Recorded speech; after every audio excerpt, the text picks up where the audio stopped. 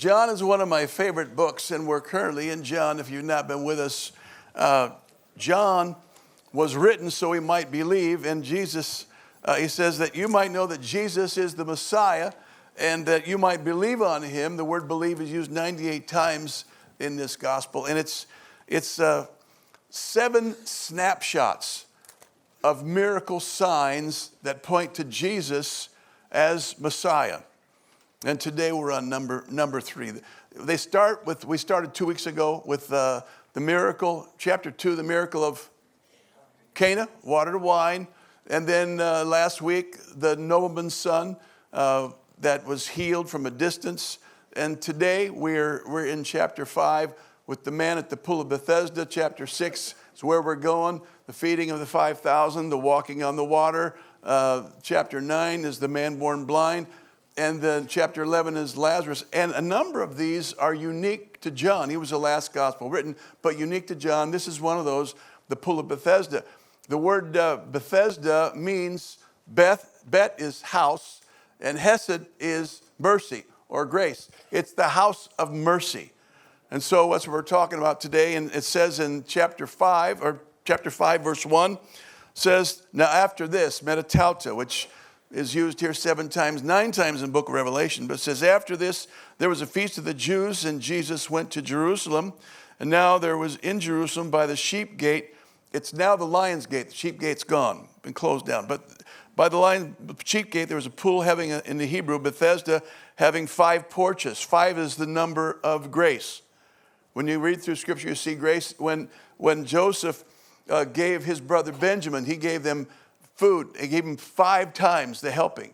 When he gave everybody garments, he gave him 5 garments.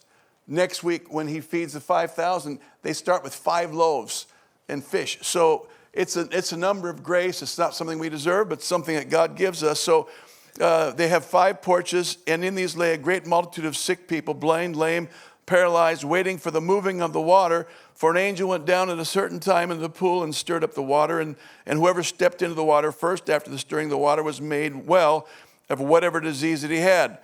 Now a certain man was there who had an infirmity. We're not told what it was, but he had an infirmity there for 38 years. How long? 38 years. Verse 6. And Jesus saw him lying there and knew that he'd already been in that condition a long time. He said to him, do you want to be made well? Do you want to be made well? That's my question to you today. Do you want to be made well? Yes. There are 182 or 3 questions that are given in the Gospels, but this is the focal point of this chapter and the focal point of our lives. Do you want to be made well? So many people are stuck in situations like this guy is stuck. People are stuck at a job that they hate, stuck in a relationship where they're unhappy, and Jesus can change that. If you're unhappy in your relationship and you're married, God can change that. Amen. Stuck in financially, stuck with alcohol and drugs, stuck with a gambling addiction, a sex addiction, stuck. We are living in a culture that is stuck and sitting by a pool, and Jesus comes by to bring hope to people who are hopeless. And if you're watching today or you're here today and you feel discouraged because you don't feel like there's any hope for you, Jesus is the one who comes to bring hope. So he stops by and then he asks this guy, do you want to be made well? Because he doesn't make any assumptions. Kids ask. There was a study that was done by a guy named Rolf Smith. And he discovered that children ask 125 probing questions every day. Why is that? Why is the sky blue? Where'd it come from? 125. You know how many questions adults ask? 6. Somewhere between childhood and adulthood, we've lost 119 questions. But it's not the questions we've lost, it's the wonder and the beginning to assume that we know how things are supposed to be. Now, Jesus never did that. He saw this guy stuck and he said, do you want to be made well? He saw the man who was blind. He said, what do you want me to do for you? He did not assume what people wanted. He made them declare what they wanted. So he comes to bring hope and comes to bring help to us because we feel so often helpless and we feel hopeless. There was a teacher that was substitute teacher, was called by the district and assigned to go to the hospital. The kid that was there was in serious condition. He'd been burned, and he was going down fast. And so they sent her, she was an English teacher, they sent her up there to teach the kids verbs and adverbs and to give homework. And so when he got there, the nurse said, well, just want you to know, this kid's not doing well. He's very discouraged and very defeated, and we don't know how much longer he's going to be here. So she went in and just taught like he was normal and life was great. And at the end, she said, now, I want you to do this homework for me for tomorrow. And she gave him homework and left. And she came back the next day, and the nurses stopped her and said, what did you do yesterday? She said, she's thinking she did something wrong. Said, what do you mean, what did I do? She said, what did you do? Because he's a different kid. Yesterday he was doom and gloom and going downhill, and he suddenly turned around and she said, I don't know. I'll ask him. So he went in, she said, how are you doing? He said, I'm doing great. He said, well, how come you're doing better today than you were yesterday? He said, now I know I'm going to be okay. Why is that? She said, they wouldn't send a teacher in here to give me adverbs and adjectives if I wasn't going to live. But we get hopeless, and we give up. And because we've been in the situation so long, we just give up. It's how they train horses. Do you know how they train these big, huge animals? You know how they train horses? They put horses, they put a bit in their mouth, then they tie them up, and when they try to pull away, if they pull away, they rip their mouth. And so they learn after a period of time not to pull away. And so that's why when you see these Westerns and they just throw the reins over a hitching post, they don't pull away because they've been trained that you'll hurt yourself if you pull away. Now, what we have in our lives is we think we hurt ourselves if we pull away. What I'm telling you is you need to pull out of it. If you're involved in anything and you know you shouldn't be involved in things, or something has control of you, you're in bondage to something, today is the day when you get set free. Jesus has come to us to bring us hope and to bring us help. And I don't care how long you've been drinking, how long you've been taking drugs, how discouraged you are with your relationship, or how much in debt you are. Jesus is the one who brings hope. Turn to somebody and say, Jesus wants to bring you hope.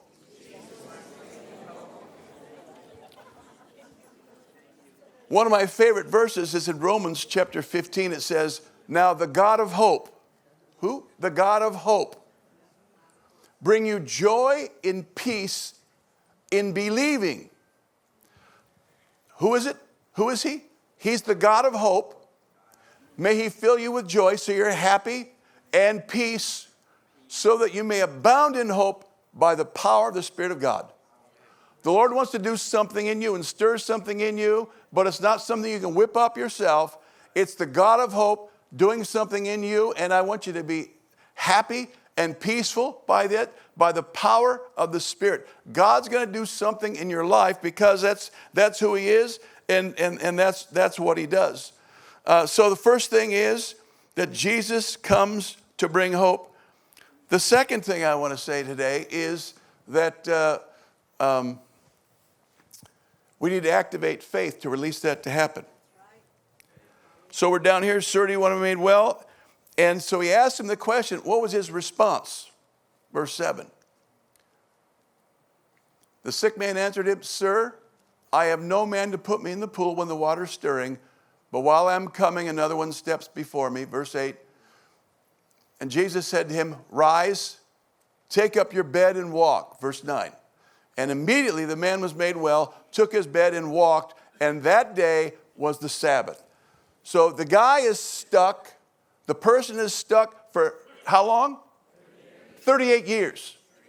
How long have you been stuck? Don't say it. However long you've been stuck, it doesn't matter. 38 years. By the way, how long were the children of Israel wandering in the wilderness? 38. First 2 years, they worshiped the Lord, they learned what to do, and then they wandered for 38 years because it was after they were there for 2 years. Then they sent the spies out and they came back. So 38 is a number of wandering. And so he was there 38 in a wilderness place. And maybe you feel like you're in a wilderness place. And then Jesus comes and says, I've come to set you free. How do you do that? By activating faith. Now there is passive faith and there's active faith. What's passive faith? Passive faith is, if you ask anybody in the street, do you believe in God? A lot of people will say yes. Yeah, I believe in God. Believe He's a creator? Well, yes, I guess. But if you ask him if they believe for something, do you believe God can heal? Yes. What do you believe in God for? Nothing. See, passive faith is when you believe, but you're not believing for anything. Active faith is when you believe, but you're believing for something. Excuse me. There's a lot of people that have passive faith. But activating faith releases the Lord to work in your life. The woman who had an issue of blood for 12 years said, if I can just get to Jesus and touch the hem of his garment, I'll be made well. Was there anything powerful in that garment? No. The power was in her faith. There's power in faith, and faith is in the Lord. If I can just get to Jesus, somehow, some way, he's going to make a difference. Just like in the first miracle, at the water to wine. Somehow, some way, Jesus is going to make a difference. The woman with the issue of blood. If I can just get to Jesus, somehow, some way, he's going to make a difference. And here, this guy is stuck, no way out. Do you want to be made well? Yes, but I don't have anybody to get me in the pool. We begin to make excuses why we're stuck in this situation. We begin to blame. You know how you spell blame, don't you? Be lame. It's what Adam did. Adam was lame. Oh, Lord, it's a woman that you gave me. Aaron, when he made the golden calf, oh, well, the people made me do this. We love to blame people. And this guy is, well, somebody steps in front of me, and I just can't get there. And when you blame people, it does something in you that is not good for you, because your option is to be healthy and whole or to be offended. There are Christian people that get offended too easily and too often. You can get offended just driving down to the mall. These Canadians, go home. I'm not saying that. You don't understand what I'm saying? If you're stuck in something, then little things bother you. I can't believe that guy jumped in line. Or I was here first. I was at the bank the other day, and I was in line, and somebody wanted to get the teller first. I said, no, go ahead. No, it's your turn. No, it's okay. Go ahead. It's not a big deal. But when you're not at peace, when you don't have joy and peace in believing, then little things bother you. And you make the little things big things. And if you're a person that begins to make a mountain out of a molehill, you have an anger problem. You don't have an anger problem, you've got a hurt problem. Let me tell you something that's true of everybody in this place. Everybody here has been hurt.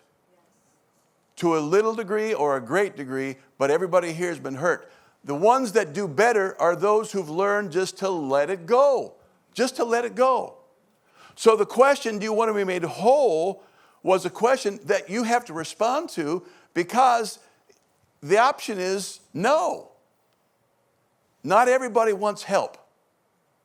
Not everybody wants. Think about, Jesus was between two thieves on the cross. Could he help both of them?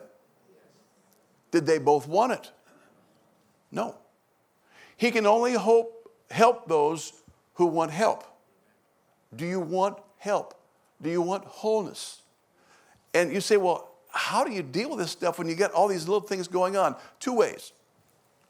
Number one, you pray so that your mind is not on you and what you're doing. And number two, you get in the Word. You know what Jesus did when he was in serious pain on the cross, don't you? Father, forgive them. for they don't know what they're doing. And he didn't say it one time. It's in the imperfect, it's in the present imperfect tense, which means he kept saying it. Father, forgive them. They don't know what they're doing. Father, forgive them. They know what they're doing. The way you maintain a healthy attitude in a bad situation or when you're stuck is by praying, letting the Lord guard your heart, and by getting in the Word, let him guard your mind. Those two things, heart and mind. Because everybody, the great people in the Bible go through difficult times. Joseph, one of my favorite people in the Bible, and my name of my oldest son, Joseph was, imagine being sold by his brothers. Can you imagine that? I can imagine my brothers wanting to sell me, but I can't imagine them actually doing it. Their brothers actually sold, and Joseph pleaded with them not to do it. Didn't do it. So he went down there, and then, if you don't know the story, we've done a whole series on this a year ago, but he went down, and then he was thrown into prison because of a false accusation by Potiphar's wife. And then the butler forgot him. And so if there's anybody that had an excuse to blame somebody else or have a bad attitude, it was Joseph. So how did he keep his attitude healthy and whole? By praying and knowing, listen, the Lord's in charge. The Lord is in charge. He's in charge of everything in your life. Believe it or not, he's in charge of our country. He's going to help us. That's why we call out. That's why we're the remnant who cry out to him. But he's going to help us. And when Joseph is finally, the butler finally remembers, and he's finally promoted, so he becomes like number 2 in all of Egypt. He has 2 kids. The first one that he names is called Manasseh. You know what Manasseh means? God has made me to forget. If you've been hurt by somebody, you need to forget. Now, I'm not saying that it's going to go away. I'm saying that you choose not to remember. God knows all of our sins, but he chooses not to remember. So 2 things are critical here. He named the first one Manasseh, God has helped me to forget. And the next one was Ephraim, God has made me fruitful. And those 2 go together. If you want to be fruitful, you got to be forgetful. I played baseball, and I can tell you this, you got to be forgetful. You got to have a short memory. Because 2 out of 3 times, you're not doing so good. But if you do good, 1 out of 3 times, you're hitting 333, you're in the majors. Right? You don't play baseball. Okay, well, the point is there are no perfect people here. So we get stuck sometimes, and then we stay stuck because we don't know how to get out of it. If you're stuck, get your attitude right by letting it go. Pray, Father, forgive them. Well, they knew what they were doing. No, they don't. People don't hurt you, for the most part, intentionally. Well, they did it on purpose. Even if they did it on purpose, let it go. Manasseh, God has helped me to forget. Fruitful. You want to be fruitful? God's helped me to remember. Made me fruitful. God helped me to forget. God made me fruitful. You got to start doing things different. Thinking different, seeing different, and activating faith. Activating faith. It was July 29th, 1588. The Spaniards were in charge of the world. The Spanish Armada was invincible. It was the greatest navy in the world.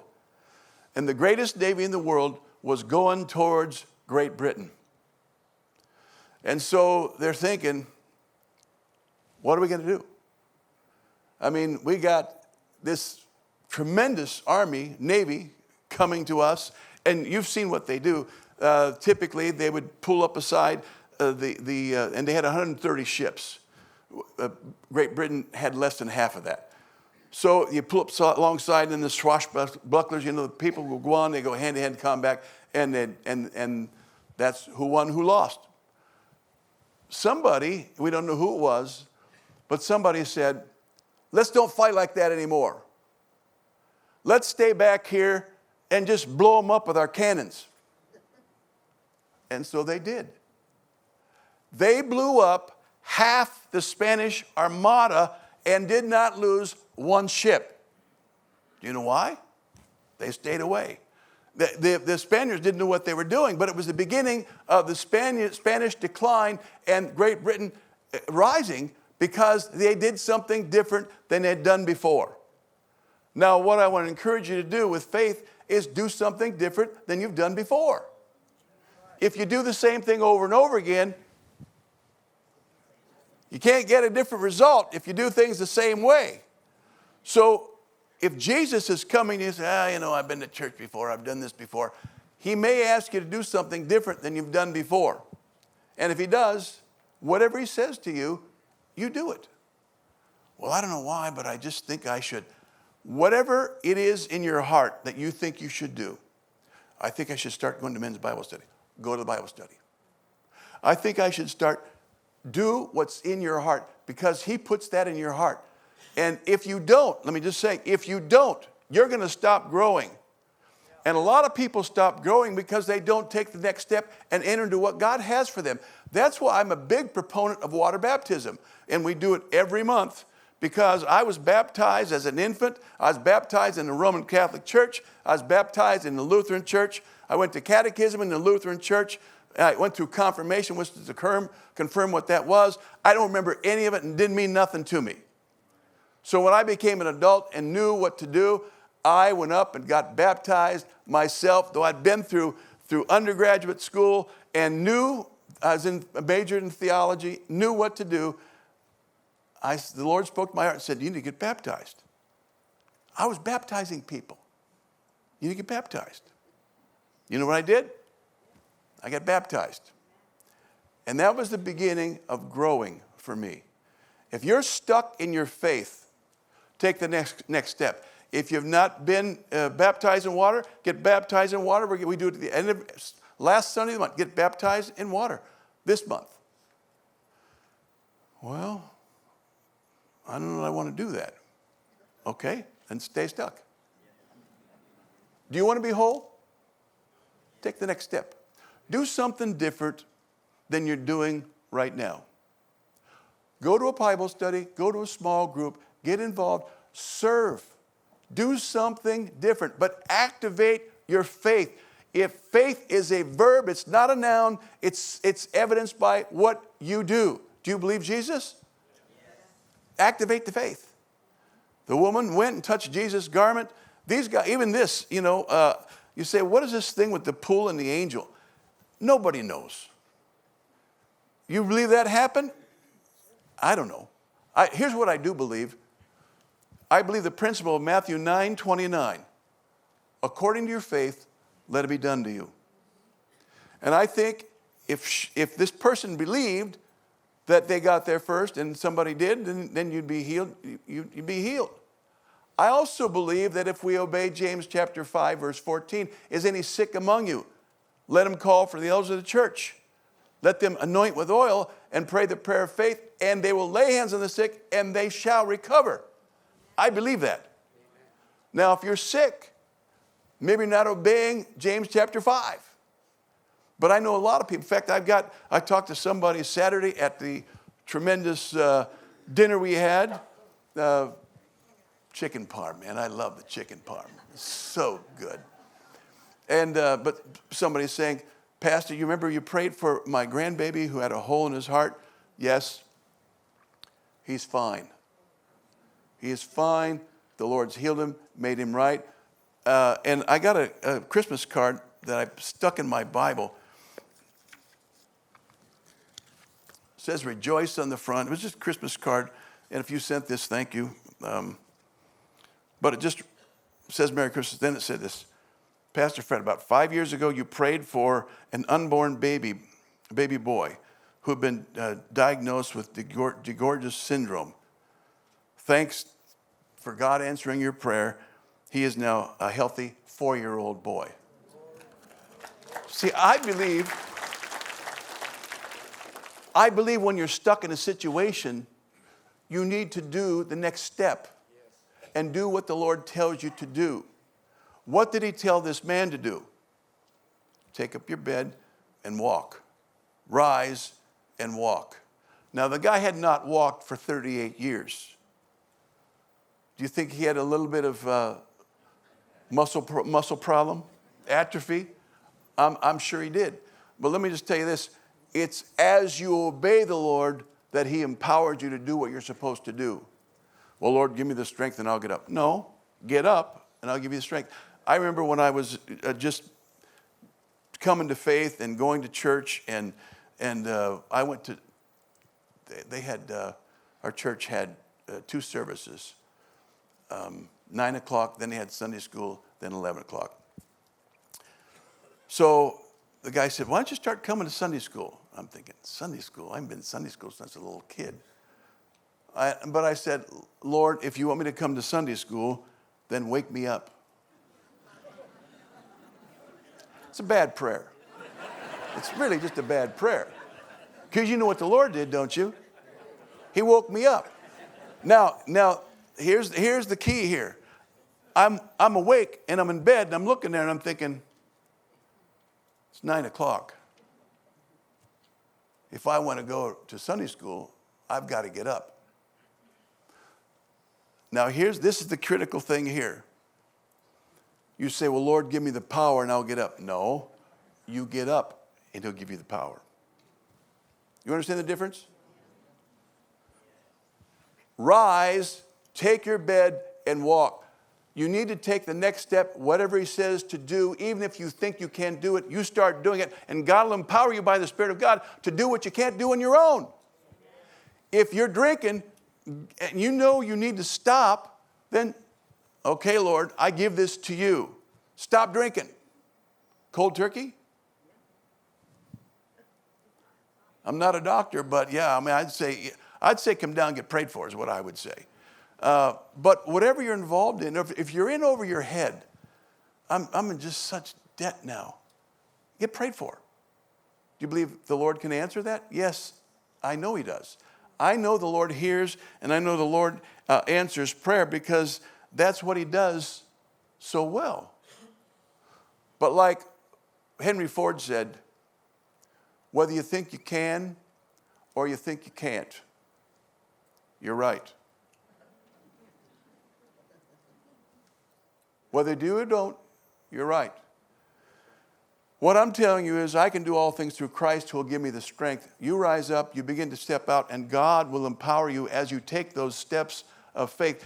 That's why when they were at the Red Sea, Moses raised his arms and the Red Sea parted. But when they came to the Jordan, it wasn't until the priests got their feet wet. It wasn't until they actually got in the water that the water parted. And sometimes, the longer you walk with the Lord, you say, Lord, part the Red Sea. He's saying, get your feet wet. Get your feet wet.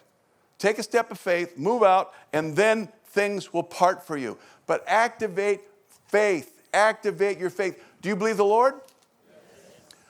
He is a creator, but I want you to know he's also the healer and the helper, and he's the one who gets you unstuck.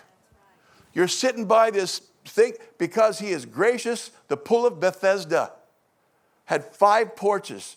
And here's the Lord of grace walking up there and saying, do you want to get better?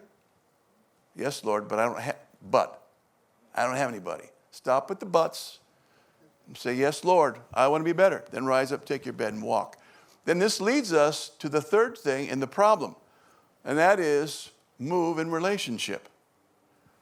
This is the most important thing that we can talk about and the least understood. I'm just going to read the passage and we'll go back through and parse it a little bit. And immediately the man was made well, took up his bed and walked. And that day was the Sabbath. Dun, da, da, da. Why is that? Well, we'll see here. The Jews therefore said to him who was cured, it's the Sabbath. It's not lawful for you to carry your bed. And he answered them, he who made me well said, take up your bed. The guy that healed me said, take up your bed. What am I to do? I took my bed. So they asked him, who is this man that said, take up your bed? But the one who had healed him didn't know it was Jesus because he'd withdrawn from the multitudes being in that same place. So Jesus touched the guy. He get up, a walk, was made well, and Jesus is gone. Boom. He's invisible.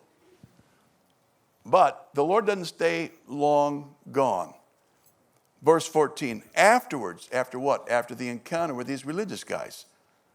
Jesus found him in the temple and said, "See, be made well. Sin no more, lest a worse thing come upon you." Then the man departed and told the Jews that it was Jesus who had made him well. I want to say, relationship is so critical, and Jesus wants a relationship with you. It's not good enough to come to church. It's not good enough to go through catechism. It's not good enough to memorize the Bible. You need a personal relationship with Jesus. You need to talk to him, let him talk to you. You need to learn to hear his voice and respond to his voice. But there'll always be these people. These people have always been around. They're legalists. And they said, wait a minute, it's against the law. And the law, the Old Testament, that was the law. It's against the law to take up your bed and walk. To this day, over in Israel, there's certain things you can't do. The Sabbath, man, things shut down 4 o'clock. On Friday afternoon, they're shut down. When you go there, according to the law, now not the law, but there's a separate book on this one commandment. Remember the Sabbath day, keep it holy? There's a whole book of commentaries on 2,300 ways not to break the law. You can't cut your fingernails on the Sabbath. You can't tie a knot on the Sabbath. When I was over there, you can't push an elevator on the Sabbath. If you're in a hotel and you're there in the Sabbath, they'll let you alone because you're a Gentile. But just be forewarned, the elevator stops on every floor. Why? Because it's work to push the button. They still abide by that. Religious people, you've got what's going on here in the Temple Mount with Jesus, all this pageantry that's going up on the mountain. And down below, you've got the Pool of Bethesda, where you got people who are involved in superstitions and all kinds of things. Because whenever you don't have vibrant relationship, you have religion, and you've got superstitions, and you've got angels troubling waters, and different things like that. Well, if you just take this crystal, people are looking for answers. Jesus is the answer. And a relationship with him is the answer. He will help you get unstuck, and he'll help you to move along on your way, but don't get involved with legalists. There'll be people here who will tell you, there's people in church who will tell you what to do and what you cannot do. I know people that feel bad and don't come to church because they smoke. Now, if you're a smoker, I'm not saying smoking's good. You understand, right? I quit smoking when I was about 13 years old. I'm not kidding. I grew up with an uncle who was quadriplegic, and so I would have to light his cigarettes. So I was smoking at 6 years of age. And give it to my Uncle Tom. When I got to junior high school, I realized this was not the healthiest thing for me, so I quit smoking in junior high school. Is that funny? If you got a problem with smoking, I understand it, I had to quit too. I was just 13 when I quit, but I had to quit. Well, I like to drink a brew every now and again. And there's some people that don't come to church because they don't think they can drink beer. I bumped into a guy this is one of the funniest stories. I was at the pizza place, and I was getting pizza. It was Friday night. Typically on Friday night we would do something, and so I was at the pizza place, and going up to get pizza in one place, and you go get your drinks in the other place. And so I got my pizza, went to get a drink, and the guy was just in front of me, just got a pitcher of beer. And they filled that pitcher brim full. And he turned around and he saw me. And so he switched hands. This is a true story. And to put the beer behind his back. Said, "Pastor, so nice to see you." And he put out his hand to shake my hand, and I shook his hand really good because let that stuff get drenched in the back, I don't care if you drink beer. I can tell you this, I drink all the beer that I want. I just don't want any. I don't like alcohol. And beer, it looks like Well, you know what it looks like, right? That's why they go so up. It looks, they're letting out what they're putting in. And I just can't get that out of my mind. I'm drinking urine. I'm just drinking, it just tastes bad. But if you drink beer, now let me go back a little bit. People want to put a guilt trip on you. These are legalists. These are the Sabbath guys. These are the guys with the black robes and the black hats and the curly things, and they'll say, what do you think you're doing on the Sabbath? Now, I happen to believe that Jesus did this on the Sabbath on purpose. What do you think about that? I think Jesus loved to break up their little joke religion. And he wanted relationship. That's why he pursued him afterwards. Afterwards, he pursued him. Because Jesus pursues everybody. If you're here today, it's a good chance, or you're watching today, it's a good chance because Jesus is pursuing you. And don't, you say, well, I drink or I take a beer. Don't let that stop you. Now, I'm not saying it's okay to drink. It's not okay I'm not saying that all these things are good. What I'm telling you is, I'm not going to tell you what to do. That's the Holy Spirit's job. My job is to catch fish. Jesus' job is to clean them. So when people come to the Lord will clean you up. It's not my job, and it's not your job. So stop telling people how to live their life. You know, if you say a 4-letter word, I can't go to church on Sunday. People feel so guilty. So guilty. Well, I've been divorced. I can't go to church. Listen, I want you to be free. The Bible says in 1 Corinthians 7, and I'm not going to go into it, but what he says, talking in relationships, he says, if you're married or not married, wherever you find yourself right now, God has called you to peace. Do not be condemned by the church or anybody else about your relationships or the things that you do. I'm not saying everything is good. What I'm telling you is, if you're open to the Lord, growing in the Lord, and you're praying and you're reading, that stuff will fall off. I don't have to tell you that. Pastor, why don't you talk about sin more? Because that's the Holy Spirit's job. That's not my job.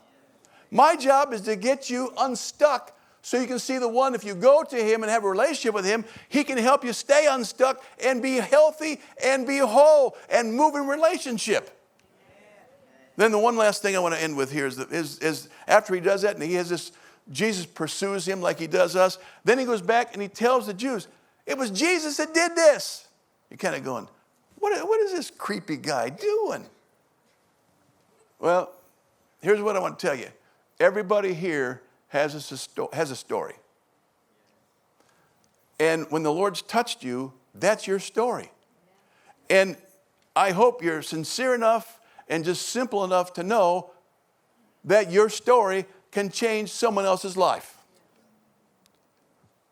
Well, I don't know about you, but I can just tell you what the Lord did for me. And you tell your story. The greatest thing in the world to do is to tell your story. Jesus loves all people. He loves people that drink beer. He loves people that smoke. He loves people that drink too much beer and are stuck in that beer, and he wants to help them out of being stuck. He's come to set us free. So this is the question. Do you want to be better? Do you want to be whole? Anything that has control of you besides Jesus, you need to let that drop.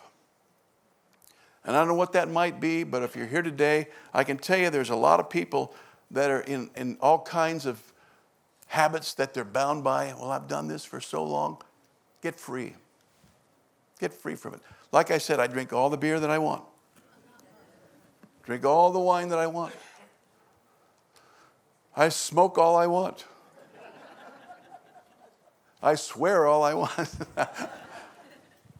What I'm saying is, when the Lord catches you, he'll clean you. Don't let other legalistic people keep you away from church. Let the Holy Spirit whisper in your ear, but this is the thing, be obedient. Whatever he tells you, to go back to first miracle, whatever he tells you, you do that. If you're stuck spiritually, get baptized. Get in a small group study. Pray, read.